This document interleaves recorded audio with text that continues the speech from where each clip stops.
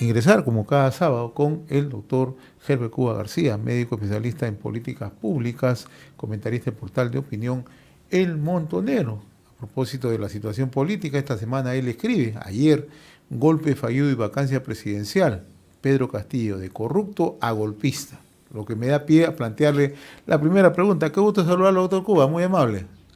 Muy buenos días. Un saludo a ambos y a todo el país.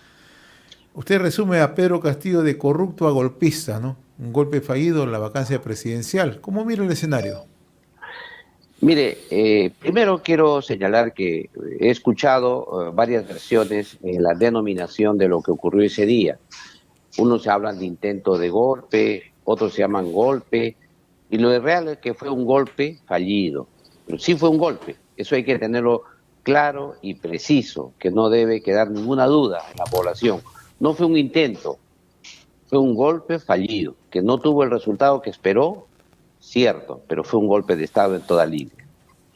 El segundo tema que hay que interpretar aquí también, hay que entender, es que el presidente tenía tres escenarios posibles de desenlace, sería 7. El primero que él debió haber pensado es en la renuncia.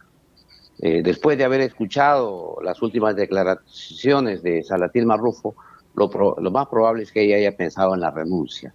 Pero si renunciaba, renunciaba por corrupto. El segundo tema era esperar el desenlace de la vacancia. Probablemente el día, la víspera, tenía casi un alto porcentaje de tener el blindaje de los 44 congresistas a que ya nos estábamos acostumbrando. Sin embargo, parece ser que esta mañana los votos corrieron y él tenía que esperar un desenlace de vacancia y en todo caso era bancado por corrupto. Entonces él escogió una tercera versión a sabiendas que no tenía ninguna posibilidad de éxito porque no había hecho las coordinaciones necesarias para hacer un golpe de Estado. Sin embargo, generó el escenario del golpe de Estado para transformarse de corrupto, pasar a la historia en su epitafio final de su sepultura política como un político golpista, ¿no? Porque la idea de él era ponerse la idea de que es un político que no arreba banderas, que se inmolaba por la Asamblea Constituyente, que se inmolaba por restaurar el poder de la población para definir un referéndum, que se inmolaba por las poblaciones nativas, originarias, por los ronderos, etcétera, etcétera. A tal punto que eso es lo que justifica su golpe en el momento que él lo ejecuta. Y él de esa manera consigue doble efecto. Primero, una narrativa hacia el interior del país y segundo, una narrativa hacia el exterior. Que ahora ya en el exterior no ha cundido la idea de que él ha sido un presidente corrupto, sino que es un presidente que ha intentado dar un golpe de Estado ante un Congreso que lo quería vacar, es decir, como un fuego cruzado entre dos entes políticos en el país. Esta ha sido la intención. Por otro lado, también hay que señalar que el Congreso de la República tuvo una reacción inmediata, oportuna, pero creo que con alguna falencia legal, ¿no? Porque no se votó la moción que tenía que votarse, que fue la moción que estaba en agenda, sino se hizo un proyecto de resolución directa que se votó de modo inmediato y para cumplir el artículo 89, inciso 3 del reglamento del Congreso, que son los 2/3 de la votación, o sea, 87 votos. Y ahí queda una duda en el limbo, que algunos analistas lo han planteado, que va a merecer una discusión probable en el futuro, de si es que ese proyecto de relación inmediata debería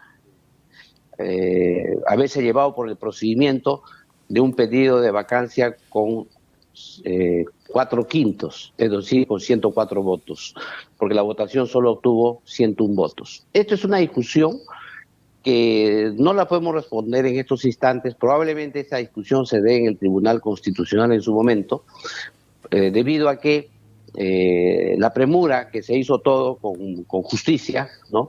Legítimamente, no se incluyó la moción del congresista Edward Málaga, que ya tenía agenda, ya tenía señalado el plazo, que debió solo incluirse un renglón adicional, digamos, a esa resolución, y poder incluirse también el tema del golpe de Estado. Ahora, Sea cual sea el sentido de esta pequeña discusión que va a haber, es que deja resquicio para una serie de reclamos que se están haciendo desde los grupos minoritarios de izquierda en estos momentos en el país, debido a que quizá no se ha sido muy riguroso en este procedimiento. ahora, doctor Cuba, usted ha trazado tres espacios, ¿no?, sobre la toma de decisión de Pedro Castillo, ¿no? Pero lo cierto es que Pedro Castillo ha venido avanzando en los últimos 17, 18 meses de gobierno precisamente en liquidar la institucionalidad en el país, ¿no? Era una persona que no creía en el Tribunal Constitucional, no creía en la Defensoría del Pueblo y en su mensaje a la nación, porque hay que decirlo con claridad, fue mensaje a la nación. El señor Castillo de plano dijo: voy a liquidar estas instituciones. O sea, no había ningún resquicio para poner en duda las intenciones de Pedro Castillo. Ustedes además han señalado con suma claridad de que probablemente lo atemorizó, lo asustó, que en horas de la tarde se iba a ver el tema de la vacancia presidencial, a tenor de lo que ya 24 horas antes y horas antes el señor Salatiel Marrufo estaba narrando. Porque lo que narraba el señor Salatiel Marrufo, una cosa era leer un acta fiscal y otra cosa es lo que decía frente a la Comisión de Fiscalización del Parlamento Nacional, ¿no? Y lo narraba con lujo de detalle, ¿no? Y qué coincidencia que minutos después, en un mensaje a la nación, el presidente ya no patea el tablero, el presidente simple y llanamente, no lo sabemos, probablemente en algún momento lo sabemos con exactitud, estaba tratando ya de ponerle punto final a un plan que venía urdiendo desde hace mucho tiempo. En realidad, las circunstancias ya lo fueron cercando y lo obligaron a poner en práctica lo que él siempre imaginó, en su imaginario estuvo. ¿Por qué le hago todo este recuento, no? Porque para mí, usted dice, se ha inmolado. Probablemente en el imaginario de mucha gente, la figura de Castillo, la figura del defensor del pueblo, un sector de la población, ¿no?, de quien defiende los derechos de las personas, ¿no? Para mí, simple y llanamente, es una persona que está embarrado en la corrupción, y lo que pretendió hacer el día 17 de diciembre fue armar una sonada para largarse el país. Eso es lo que pretendió el señor Castillo, con anuencia de un grupo de ministros, que ya sabremos próximamente quiénes han sido, ¿no? Porque Castillo lo ha hecho solo, creemos que no. Ayer lo escuchaba el señor Mendieta, él decía: no, yo no sabía nada. Lo escuchaba al ministro de Defensa: yo no sabía nada. Los otros ministros: yo no sabía nada. Entonces, ¿quién ha redactado ese discurso? ¿El señor Castillo? Mire, yo concuerdo con todo lo que usted plantea. Sin embargo, queda una duda razonable. ¿Qué fue el acto que determinó que él se atreva a dar un golpe de Estado en esa circunstancia? Es cierto todo lo que usted dice. Hay otros y todos han señalado una serie de figuras, unos desde que estuvo drogado, otros que no sabía qué leía, otros que señalan que le han hecho leer, etcétera, etcétera. Todo eso tiene un solo componente, que es netamente político, es decir, pasar esta parte de su vida no como un delincuente corrupto, sino pasar a un golpista que tiene motivaciones políticas.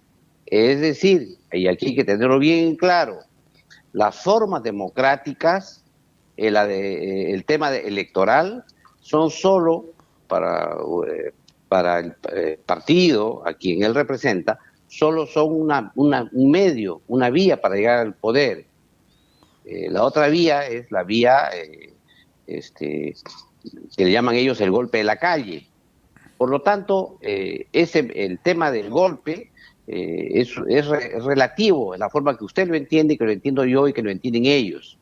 Por eso es que el concepto fundamental es haber dado una salida de tipo político de esa crisis que lo acosaba por actos de corrupción en toda línea y en todas las esferas de su gobierno. Todo su medio alrededor estaba lleno de corrupción y eso se estaba demostrando progresivamente y que probablemente iba a salir la resolución de vacancia por ese motivo. Sin embargo, el hecho ha tenido un giro llamado suicidio político. Sin embargo, como usted sabe, en política nadie muere mientras no sea físicamente. Y en esto es la esperanza que existe, y como usted ha señalado también, él tenía otra percepción de la realidad. Él pensaba que iba a haber miles de ronderos afilando sus machetes en las pistas de Lima, iba a haber cientos de trabajadores, de campesinos en las calles de Lima, iba a haber una serie de movilizaciones, un caos nacional, cosa que, como todos vemos, no ha ocurrido y ni ocurrirá. Lo que tenemos es el normal desenlace de que siempre hay desavenencias cuando hay este tipo de cambios de gobierno.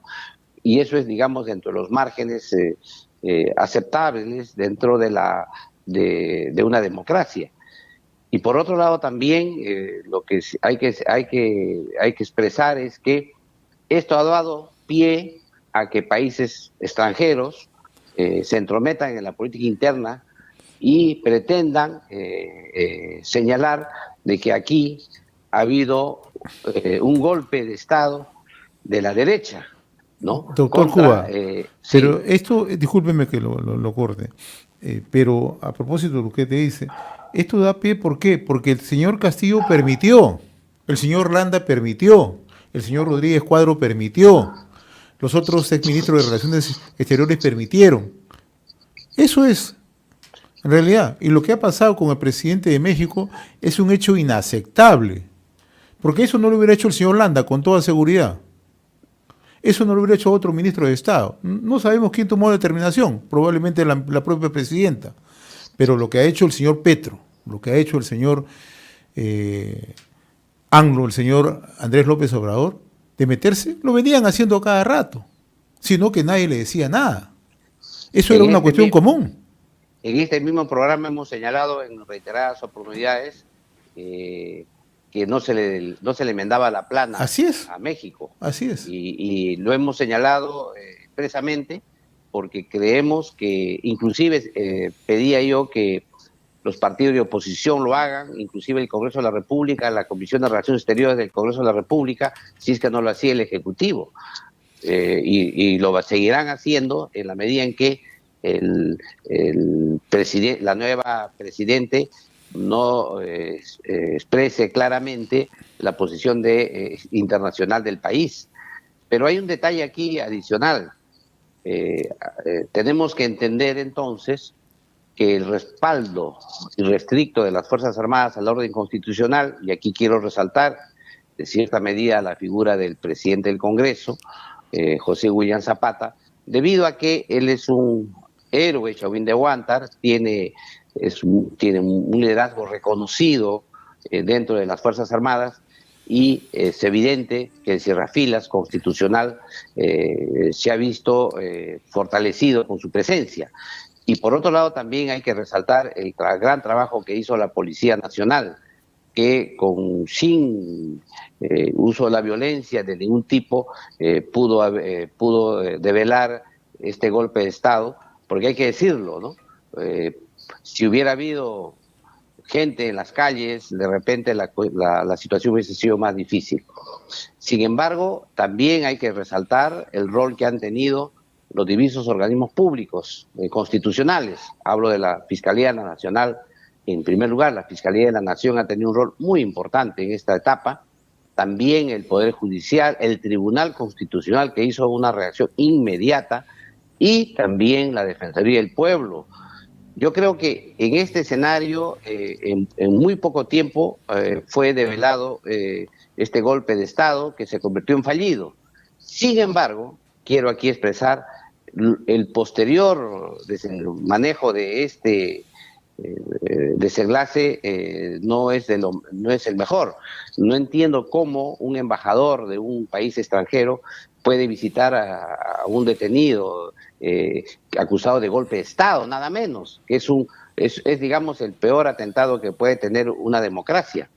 Entonces, no entiendo tampoco cómo es posible que todavía el gobierno no tome manos firmes frente a estas declaraciones internacionales. Y además, me parece sensato, sí, que el Congreso de la República los congresistas estén haciendo declaraciones mesuradas en relación al futuro del país, porque como es natural, tiene que ser una construcción colectiva y no el impromptus de algún líder de ninguna de las posiciones políticas. Ahora, ¿cómo entender la posición de Perú Libre, doctor Cuba? Perú Libre, un sector de su bancada votó para la vacancia presidencial el último 7 de diciembre, para que se cumpla ya para la sucesión de mando presidencial, ¿no? Y ahora, ayer sacan un comunicado, ¿no?, denostando a la presidenta de la República, ¿no? ¿Cómo entender este juego? O sea, los de la izquierda quieren tener la razón en todo orden de cosas. O sea, pueden jugar como ellos les da la gana. Yo creo que existe un traslado de su propia responsabilidad hacia la presidente Boluarte. ¿Por qué hay un traslado de su responsabilidad? Porque si ellos hubieran mantenido sus 44 blindadores, no se le vacaba al golpista. Seguía siendo presidente el golpista. Y tuvieran que aceptar lo que señaló el golpista. Sin embargo, ellos accedieron a que es un golpe de Estado, en consecuencia votaron a favor de vacar al presidente, y lo que no hicieron en el hemiciclo, ahora lo hacen a través de un comunicado desde la calle. Es decir, lo que no defendieron en su momento, ahora se lo trasladan a la presidenta de la República. Por otro lado, también es necesario que la población conozca que, así como ocurrió en el periodo de del traspaso del gobierno de Manuel Merino de Lama al presidente Sagasti, que se señaló que los 105 vacadores, que así se les denominó a los 105 patriotas que constitucionalmente vacaron al expresidente Vizcarra, que los 105, entre comillas, vacadores, no podían ocupar ni un cargo en el Congreso, ni un cargo en el Ejecutivo. Y se permitió que una minoría del Congreso gobierne el Congreso de la República y gobierne también el Poder Ejecutivo. Eso que es una experiencia que se ha vivido en el país, debería ser una experiencia hoy día a repetir, que 44 blindadores deberían estar al margen de la política dentro del Congreso de la República, deberían ser, en los casos que sea demostrable, deberían ser acusados constitucionalmente para ver sus responsabilidades políticas en esta infracción constitucional, porque como usted lo ha dicho, esto ha tenido todo un proceso, eso no ha sido de la noche a la mañana. Y por otro lado también hay que expresar que la presidente no se puede dejar de impactar y decir, señores, aquí no ha pasado nada, solamente ha sido el exabrupto de un ser humano, pero el resto de la agrupación política a la cual yo milito y en la cual yo trabajo está intacta. Yo creo que tiene que darse cuenta de que esa posición sería irresponsable. Por otro lado, también me parece sumamente preocupante que se pretenda señalar que el Congreso no debe participar en ningún efecto del Poder Ejecutivo ni nada, porque eso está mal vistos. Disculpen ustedes, pero si la presidenta de la República no busca consensos y una mayoría parlamentaria para poder llevar adelante el país, no sé en qué democracia vivimos, porque no solamente debe haber confrontación entre los poderes, sino lo mejor es que haya complementariedad de poderes, que se trabaje en base a programas concretos con unas mayorías relativas, consensuadas por un programa común hacia el futuro. Eso no indica que no escuchan en la calle, pero no puedes también, en base a que ha habido 44 blindadores, echarle la culpa al resto de los congresistas y decir que todos los congresistas están excluidos de la vida política nacional. Y aquí hay otro aspecto que hay que tomar en cuenta. Cuando se habla de que la legitimidad, que la calle, no se toma en cuenta que son palabras vacías, porque ¿a qué se refieren? ¿Qué significa la calle, el pueblo?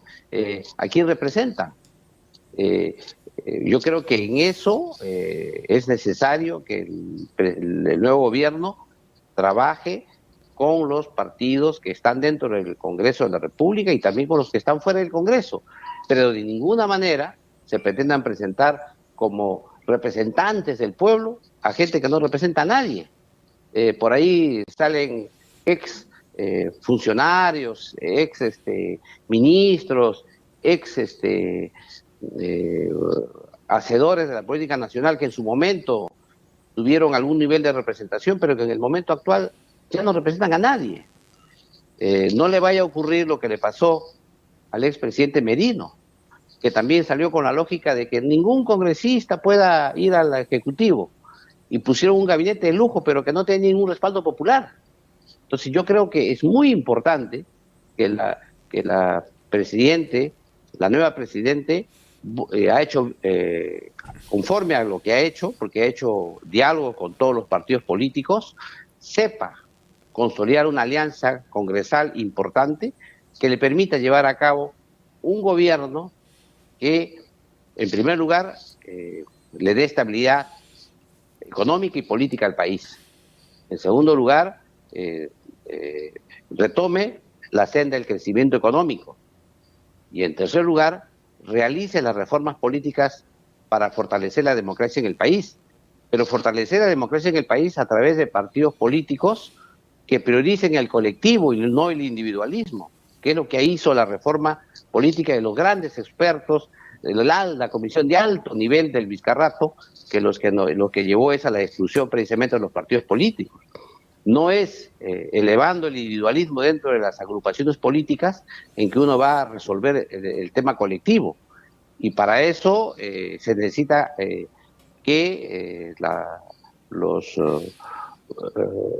congresistas actuales, en colaboración con el gobierno, hagan una agenda para ver la reforma política que tienda a fortalecer los partidos políticos, la democracia interna, eso sí, por meritocracia dentro de los partidos políticos, las escuelas partidarias dentro de los partidos políticos y, por otro lado, también consolidar un proceso de educación cívica a nivel nacional, porque también hay que tomar en cuenta que el desapego de los peruanos hacia las formas democráticas es muy alta, y esto pasa porque tiene que haber una educación desde los colegios, desde a la población en general, por las formas democráticas y la educación cívica que requiere para que nuestro país funcione de mejor manera en el futuro, para que experiencias golpistas como la que hemos tenido no se repitan.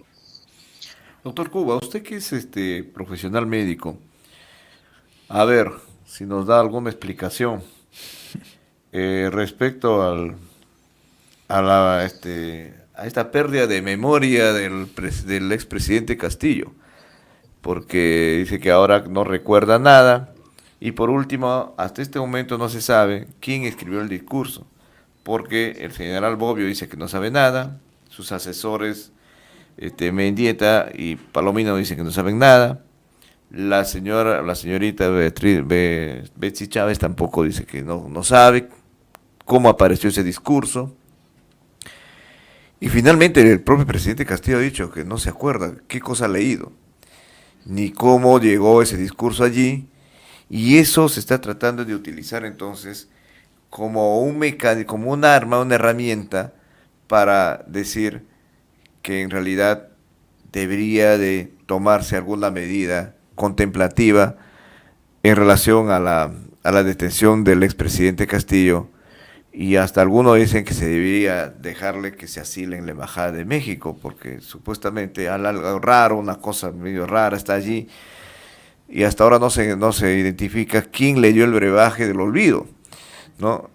El ex congresista Bellido está por calles y plazas regando este tema, y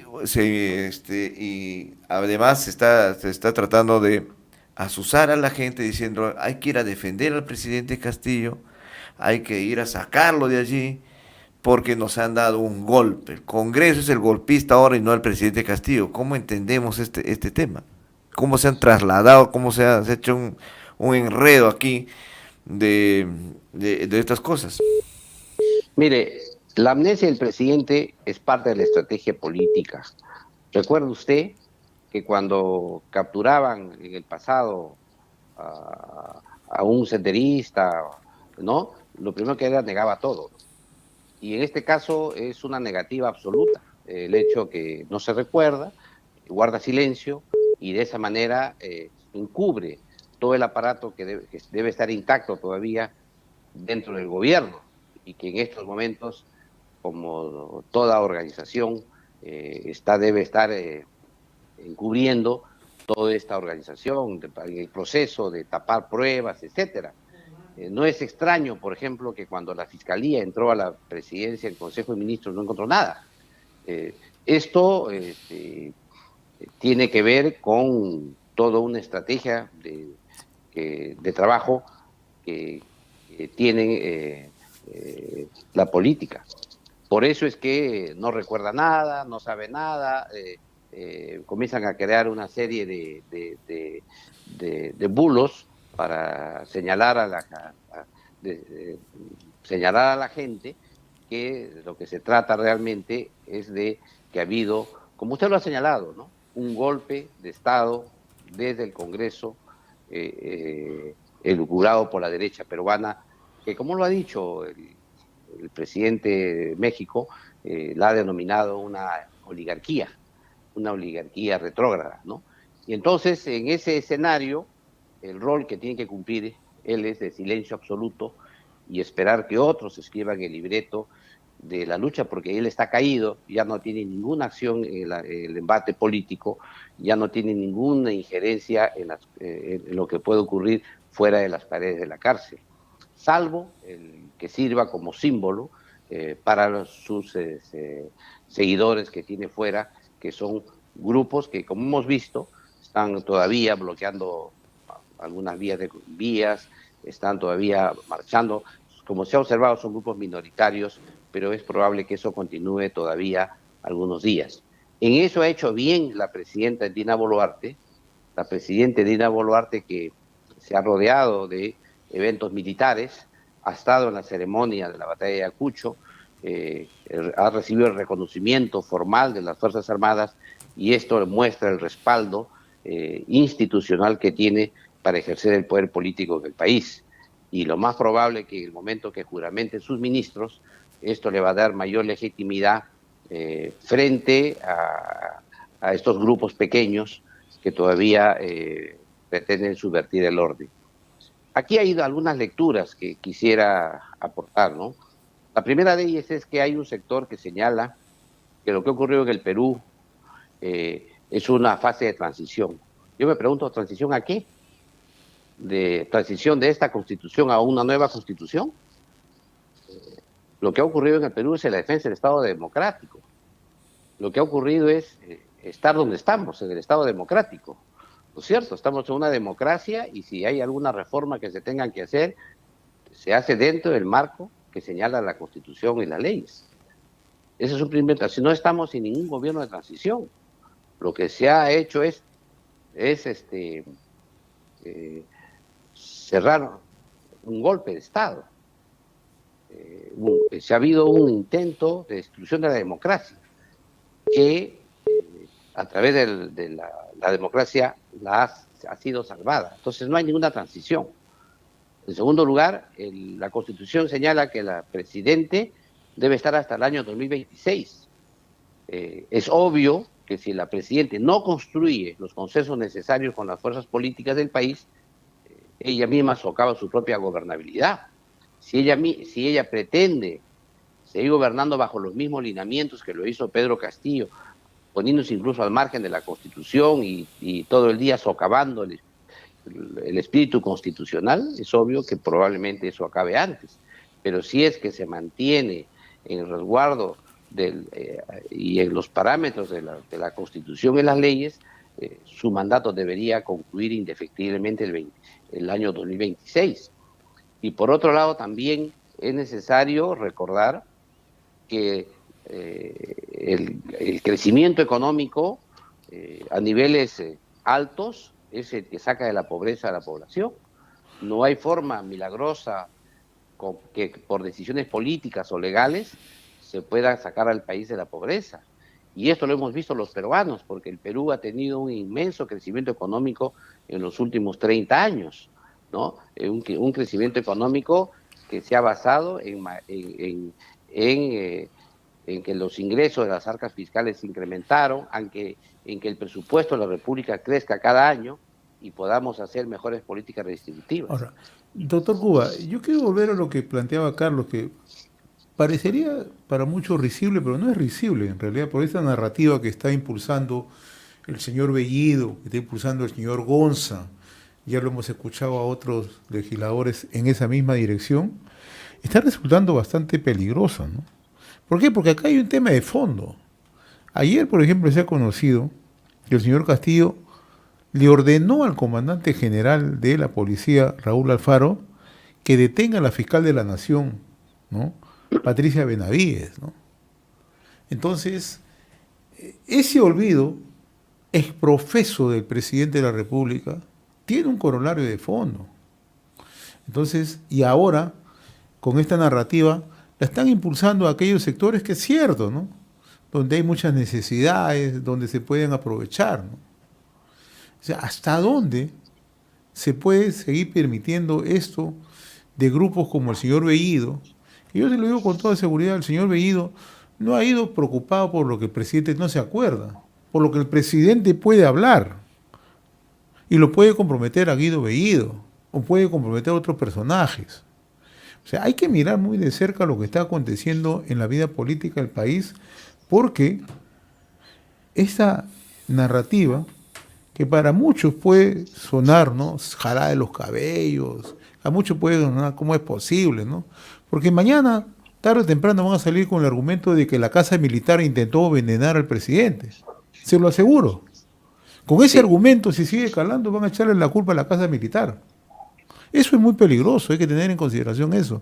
Estamos ingresando en un terreno donde se están aglutinando todo, a pesar de que tienen sus diferencias, ¿no?, los que han apoyado a Castillo, pero se están aglutinando. ¿Qué opina usted? Sí, mire, aquí dos cosas. En primer lugar, que la salud mental del presidente es óptima. Bien sabemos todos que el Instituto de Medicina Legal, en el momento de su detención, le ha hecho un examen médico legal. Y todos sabemos que el resultado es que su estado de salud es óptimo.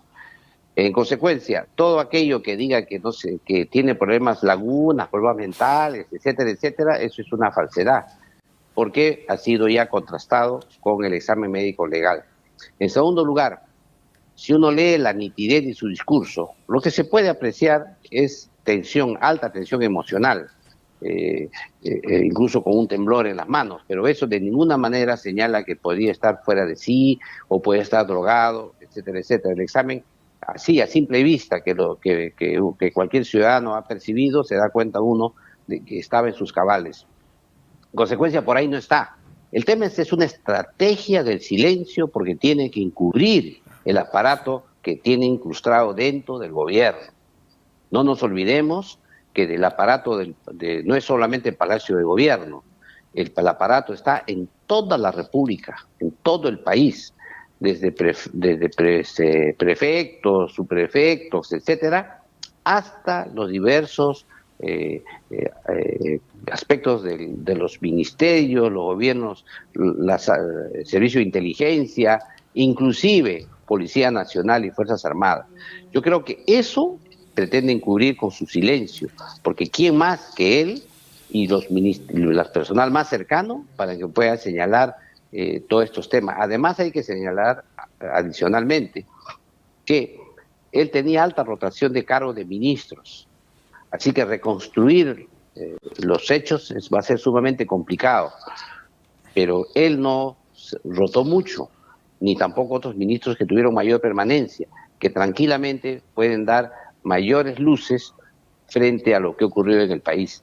Y yo estoy convencido que no le van a sacar mucho al presidente, porque como lo dijo en la Fiscalía, me abstengo el derecho de callar, y ahora ya salió con la idea propagada desde fuera, que no se acuerda, que no sabe nada, para hacerle ver que esa debe ser su tarea política en esta fase.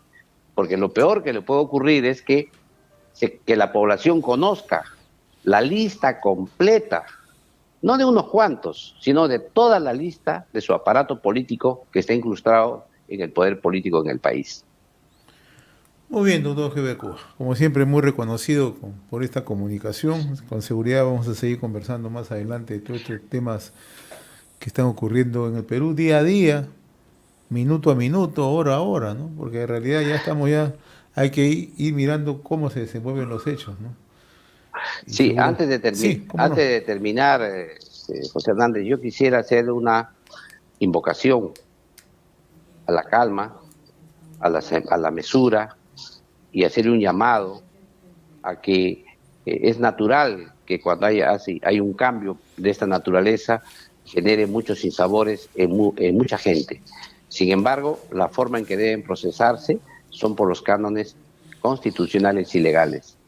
Y además solicito a la Presidenta de la República que guarde la sensatez en su relación con el Congreso de la República, que la palabra tregua no es lo más correcto, porque aquí no ha habido guerra interna, sino lo que tiene que señalar más bien es que ha habido una incorrecta lectura de lo que significa la democracia. Y más bien lo que tendría que hacer es acercarse a la democracia, a los grupos políticos de la democracia, y tratar de buscar consensos y acuerdos de mediano y largo plazo que le permitan generar un espacio de gobernabilidad y poder concluir su mandato hasta el año 2026.